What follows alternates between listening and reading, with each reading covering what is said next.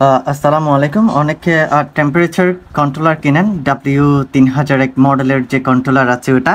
So অনেকে যে টাইমনেস যেটা কিভাবে সেট করতে হয় এটা হয়তো বা অনেকে জানেন না। সো এখানে কন্ট্রোলার সেটিং করার জন্য এখানে আপনারা সচরাচর যেটা রাখে W3001 মডেলের ক্ষেত্রে অনেকে রাখেন কিন্তু আপনার 35.7 থেকে বা 37.7-এর মধ্যে রাখেন। আবার অনেকে দেখা যায় যে 37.2 এবং 37.7-এর মধ্যে রাখেন। তবে এখন যে নতুন কন্ট্রোলারগুলো আছে এগুলা আপনার 35.2 থেকে এবং 37.7-এর মধ্যে না রেখে 35.2 থেকে 35.7-এর মধ্যে রাখলে ভালো রেজাল্ট পাওয়া যায়।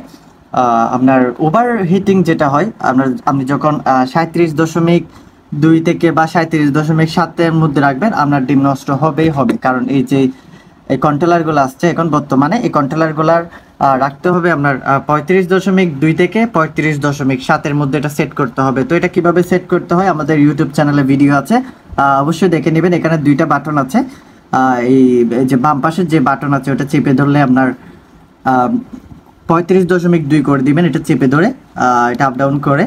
আর এটার যে ডান পাশের যে বাটন আছে ওটা আপনি একটু চেপে ধরে আপ ডাউন করে 35.7-এর মধ্যে রাখলে বেটার রেজাল্ট পাওয়া যায়।